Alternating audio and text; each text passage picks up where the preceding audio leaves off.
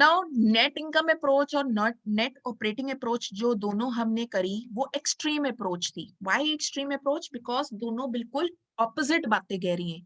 तो कई बारी क्या होता है कि प्रैक्टिकल रियल सिचुएशन में आपको एक्सट्रीम लेवल पे सोचना मुश्किल हो जाता है। तो हमें एक रियलिस्टिक अप्रोच चाहिए जो एक मिडवे है, midway between net income approach and net operating approach, और that midway approach is known as traditional approach which is a compromising view between.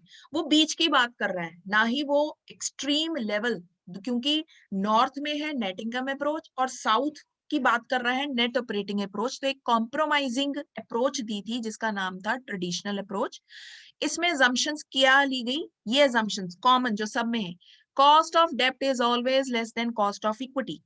दूसरा ये अप्रोच कहती है KD and KE vary with change in डेब्ट equity mix. ये realistic बात कर रही है कि डिबेंचर्स अगर हम रेस करते हैं तो डिबेंचर की कॉस्ट भी बढ़ेगी, खर्चा तो बढ़ेगा ही।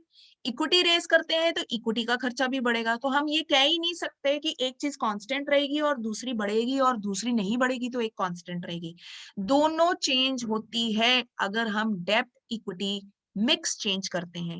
एज द डेब्ट increases, risk also increases and equity की इन्वेस्टमेंट भी इंक्रीज होती है। तो everything goes hand in hand. हम कुछ भी छोड़ नहीं सकते हैं। हम केडी को निग्लेक्ट नहीं कर सकते, सिर्फ के ई पे फोकस नहीं कर सकते, ना ही हम सिर्फ डेप्ट पे डिपेंड कर सकते हैं और हम इक्विटी ना लें। कोई भी कंपनी ये नहीं कह सकती हमने सारे फंड्स डेप्ट से रेज करने हैं और हमने के ई नहीं यूज करना। कोई कंपनी ये भी नहीं कह सकती कि हम सारे इक्विटी फंड्स यूज करेंगे, हम डेप्ट नहीं लेना चाहते। ये अप्रोच कहती है दोनों को बैलेंस करना जरूरी है। Midway, strike a balance between KD and KE.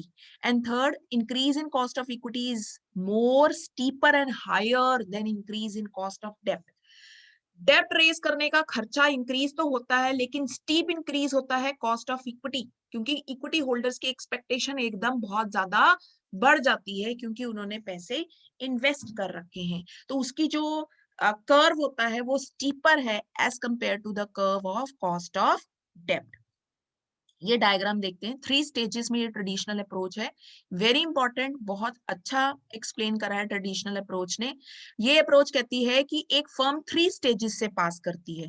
Initially stage number one को उन्होंने स्टेप नंबर 1 में एक्सप्लेन करा है कि जब फर्म अभी न्यूली स्टैब्लिश है, नई खड़ी हुई है, तो उनकी कॉस्ट ऑफ डेप्ट और कॉस्ट ऑफ इक्विटी दोनों ही स्टेबल होंगी, कांस्टेंट होगी।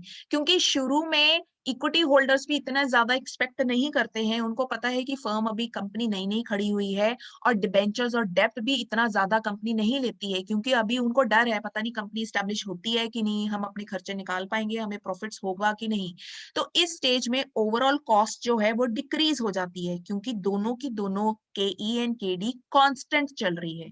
लेकिन स्टेज 2 आती है। स्टेज 2 यानी स्टेप नंबर 2 में एक्सप्लेन किया गया है।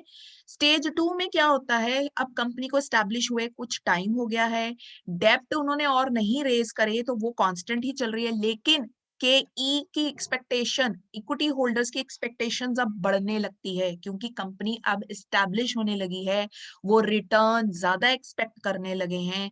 तब कॉस्ट ऑफ इक्विटी रेज होती है जिसके कारण क्या है, ओवरऑल कॉस्ट कंपनी की भी स्लाइटली इंक्रीज होनी शुरू हो जाती है, खर्चे उनके थोड़े बढ़ जाते हैं। जैसे हम अपने घर का एक्सपेंडिचर देखें, अगर हमारी इनकम थोड़ी इंक्रीज हो गई है तो हम अपने खर्चे इंक्रीज करने शुरू हो जाते हैं, लेकिन इनकम तो अभी उतनी है, इनकम में ड्रास्टिक चेंज नहीं आया, लेकिन थोड़ा सा भी राइज अगर हुआ है तो हमारे खर्चे बढ़ जाते हैं और ओवरऑल कॉस्ट हमारी इंक्रीज हो जाती है। That is your stage number 2।